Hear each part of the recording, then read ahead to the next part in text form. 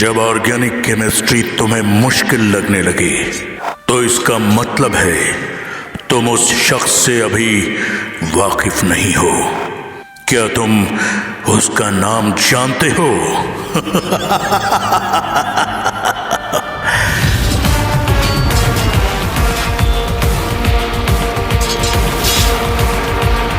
अब अपना लक्ष्य साध लो, क्योंकि युद्ध शुरू होने वाला है।